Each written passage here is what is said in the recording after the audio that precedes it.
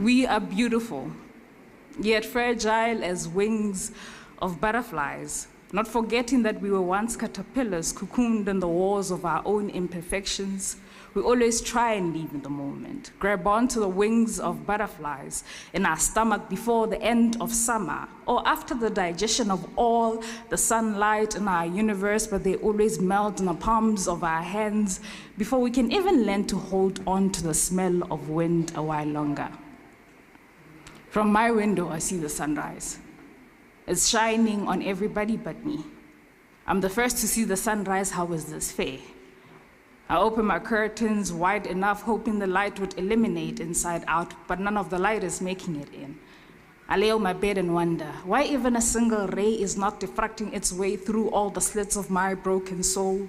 My thoughts are getting the best of me, and insanity drives my mind to a place only known by great minds as I start painting pictures of his face in mind.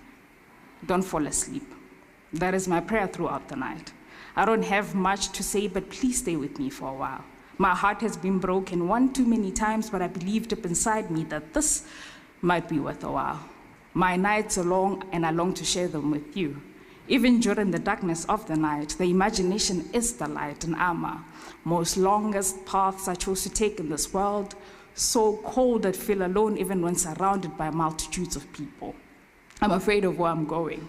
I know I chose my destiny, but I wish I knew where my fate lies. Confused between who I am and what this world expects of me, but the man I see on the mirror knows me better, so I guess I should listen to my instincts because I can go all around the world, but if I don't inspire myself, I'll never be motivated. I'll never be able to unleash the being deep down my scarred soul.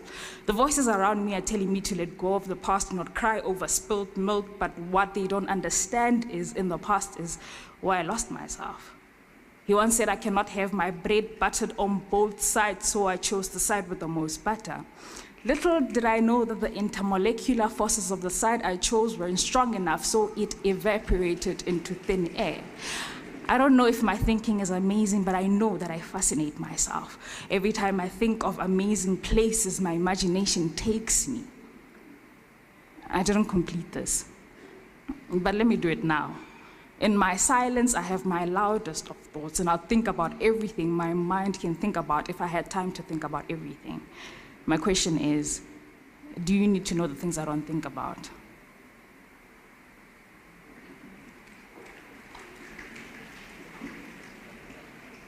Before my time, time was trapped in a timeless time. The compass bled in vain.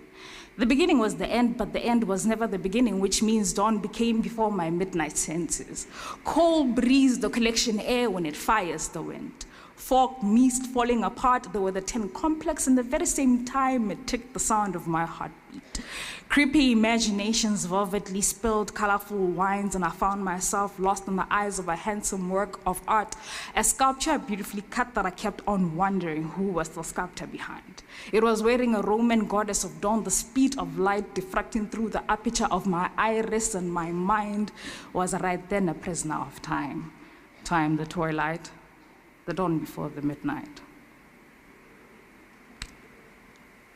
I decided to put out the fire, hold in the smell of smoke and wind in my lungs to keep the flames a part of me a bit much longer. I switched off the stove before it burned the entire house to the ground, sang lullabies to the spark that glitters in the night. I've decided to love like I've never been hurt before, like my father never tried to burn me alive before, like I've never seen the lover inside my mother's eyes and tried to reach out before. You see, I've always been drawn to burning things. As a child, I've gone lengths of burning my own skin just to make me one with the flames. This is not a metaphor. Flames will not consume me. Fire will preserve me like it did for Shadrach, Meshach, and Abednego back in Babylon. Thank you.